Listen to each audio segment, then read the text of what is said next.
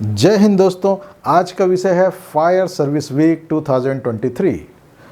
आज की वीडियो में हम ये देखने वाले हैं कि फायर सर्विस वीक क्या होता है, क्यों मनाया जाता है, कब मनाया जाता है, इसका थीम क्या होता है और इस वर्ष का थीम क्या है और थीम के अनुसार हम इस वर्ष से कैसे मना सकते हैं।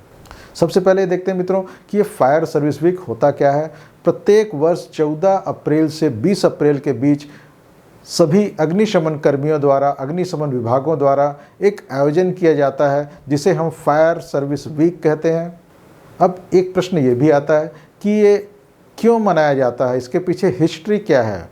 मित्रों, सन 1944 की बात है। 14 अप्रैल के ही दिन मुंबई पोर्ट के विक्टोरिया डॉक में एक जहाज में भीषण आग लगी और उस आग की रोकथाम के लिए और लोगों की जान बचाने के लिए अग्निशमन कर्मियों ने अपने प्राण भी बलिदान कर दिए। लगभग 66 अग्निवीरों की आहुति हो गई। तो उनके इस अदम्य साहस को याद करते हुए, उनके समर्पण को याद करते हुए अग्निशमन सेवा सप्ताह या फायर सर्विस वीक प्रति वर्ष 14 अप्रैल से मनाया जाता है, जो कि 20 अप्रैल तक 7 दिनों तक आयोजन चलता है। अब ये भी प्रश्न आ सकता है कि इन आयोजनों के पीछे उद्देश्य क्या होता है। इन आयोजनों के पीछे इतना ही उद्देश्य होता है कि जन जन के मन में अग्नि के खतरों के प्रति जागरूकता आए और अग्नि दुर्घटनाओं की रोकथाम के बारे में जानकारी अधिक से अधिक लोगों तक पहुंचे। इसी लक्ष्य को ध्यान में रखकर प्रतिवर्ष फायर सर्विस वीक का आयोजन किया जाता है। अब ये भी प्रश्न आ सकता है कि फायर सर्विस वीक में किस किस प्रकार के आयोजन होते हैं।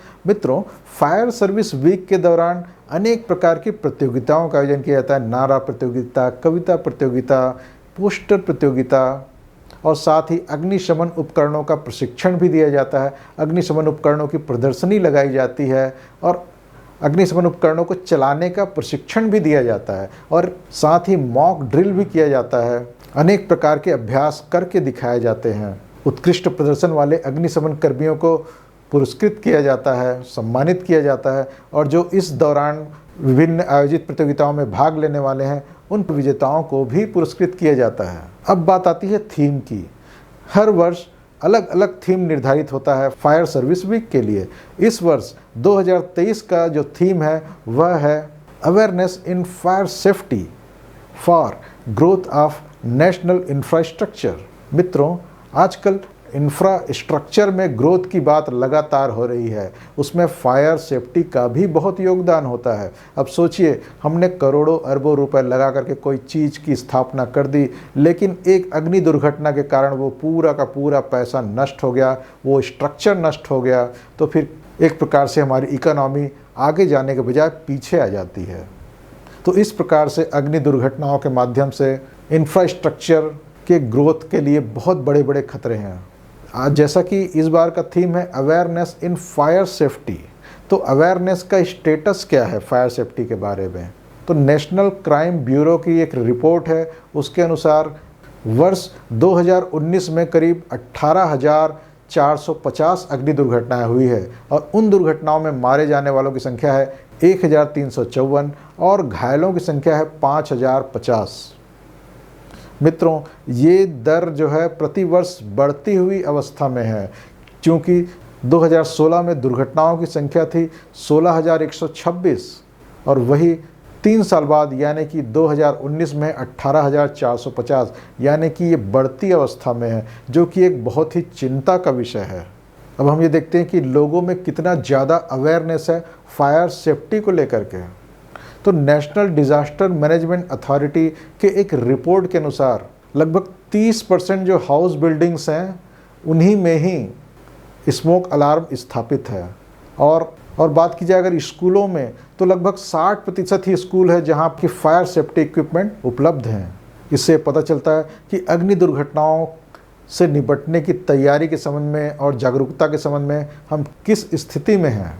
भारत सरकार के मिनिस्ट्री ऑफ होम अफेयर्स के एक रिपोर्ट के अनुसार 2015 से 2018 के बीच 8,000 करोड़ रुपए की संपत्तियों का नुकसान हो चुका है इन अग्नि दुर्घटनाओं के कारण। तो मित्रों, एक ओर तो हम संपत्तियां बढ़ाते जा रहे हैं, इंफ्रास्ट्रक्चर बढ़ाते जा रहे हैं और दूसरी ओर आग के कारण वे नष्ट होती जा रही है। तो अगर हम चाहते हैं कि इंफ्रास्ट्रक्चर में ग्रोथ हो तो हमको फायर इंसिडेंट्स में कंट्रोल करना ही होगा, उसके लिए अवेयरनेस लाना ही होगा। ये अवेयरनेस कैसे लाया जा सकता है? इस अवेयरनेस को लाने के लिए कम से कम 3 उपाय अवश्य अपनाने चाहिए। सबसे पहला उपाय जो किया जा सकता है वह है पब्लिक अवेयरनेस कैंपेन। इस कैंपेन के माध्यम से लोगों में इस बात की जागरूकता अवश्य फैलाई जाए कि स्मोक डिटेक्टर्स को इंस्टॉल करना हम सबके लिए कितना आवश्यक है, जिसके माध्यम से हम अग्नि दुर्घटनाओं को रोक सकते हैं।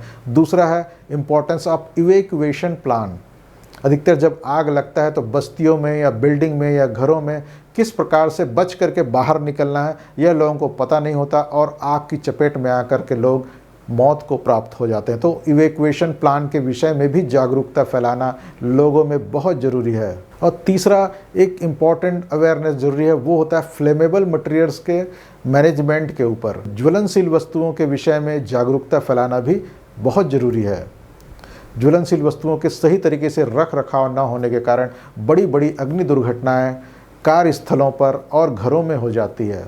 इन 3 चीज़ों के बारे में पब्लिक अवेयरनेस बहुत ज़रूरी है।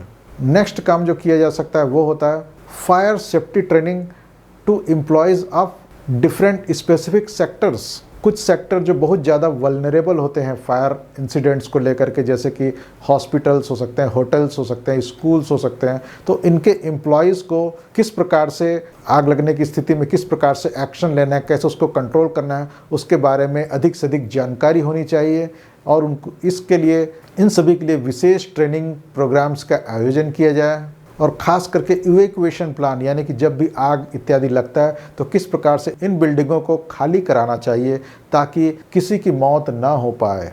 साथ ही साथ प्रिवेंशन प्रोसीजर, यानी कि किन किन चीज़ों का ध्यान रखा जाए तो ये अग्नि दुर्घटनाएं हो ही नहीं पाएंगी। इन सभी के बारे में ट्रेनिंग सभी एम्प्लॉयज़ को, इन विशेष सेक्टर्स के लोगों को ज़रूर दिलाना चाहिए। नेक्स्ट इंपॉर्टेंट स्टेप है मित्रों फायर सेफ्टी रेगुलेशंस। इन सभी वल्नरेबल जितने भी सेक्टर्स हैं, जैसे कि हॉस्पिटल्स, स्कूल, होटल्स आदि, इन सभी के लिए फायर सेफ्टी को लेकर के रेगुलेशंस क्लियर बनने चाहिए ताकि उन रेगुलेशंस का पालन करके वे अग्नि दुर्घटना से होने वाले नुकसान की संभावना को न्यूनतम कर सकें। इन सभी के माध्यम से अग्नि दुर्घटनाओं के माध्यम से होने वाले मौतों और संपत्तियों के नुकसान को न्यूनतम किया जा सकता है, शून्य के लगभग किया जा सकता है। तो मित्रों, अगर हम चाहते हैं कि इंफ्रास्ट्रक्चर में ग्रोथ अच्छे से हो, बढ़िया से हो, तो हमको चाहिए कि फायर सेफ्टी के लिए अवेयरनेस को भी हमको बढ़ाना पड़ेगा। तो फायर सेफ्टी के प्रति अवेयरनेस की जो वर्तमान स्थिति है वह बहुत ही चिंतनीय है। इस अवेयरनेस को आगे बढ़ाने के लिए इन तीनों चीज़ों का पालन अवश्य करें। सबसे पहला है पब्लिक अवेयरनेस, दूसरा विशेष सेक्टर्स के लोगों को सेफ्टी ट्रेनिंग देना और तीसरा फायर सेफ्टी रेगुलेशंस को लाना और उसको इम्प्लीमेंट करना। मित्रों, अगर इन तीनों चीज़ों को ध्यान दे दिया जाए तो हमारे इंफ्रास्ट्रक्चर के ग्रोथ में आने वाले इस बड़े ब्लॉक को रिमूव किया जा सकता है। तो मित्रों, आज के लिए इतना ही। अगर ये वीडियो आपको पसंद आया हो तो इसे लाइक ज़रूर करें और अपने मित्रों को भी शेयर कर दें। और अगर अब तक आपने इस चैनल को सब्सक्राइब नहीं किया है तो पहले रुक जाएं, कम से कम 1-2 वीडियो और देख लें।